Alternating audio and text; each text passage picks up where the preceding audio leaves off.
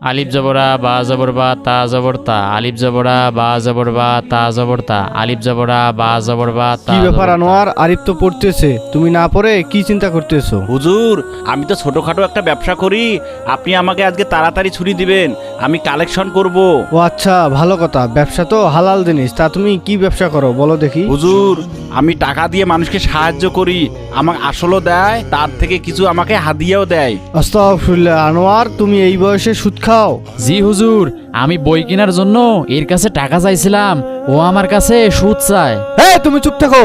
আনোয়ার, তুমি জানো না ইসলামের মধ্যে সম্পূর্ণভাবে সুদ খাওয়া হারাম, আর যে সুদ খায় আপন মায়ের সাথে জেনা সমতুল্য গুনাহ হয়। তাই তুমি তওবা করে ভালো হয়ে যাও। কি বলেন হুজুর, আমি তো টাকার লোভে পড়ে সুদের পর টাকা খাই।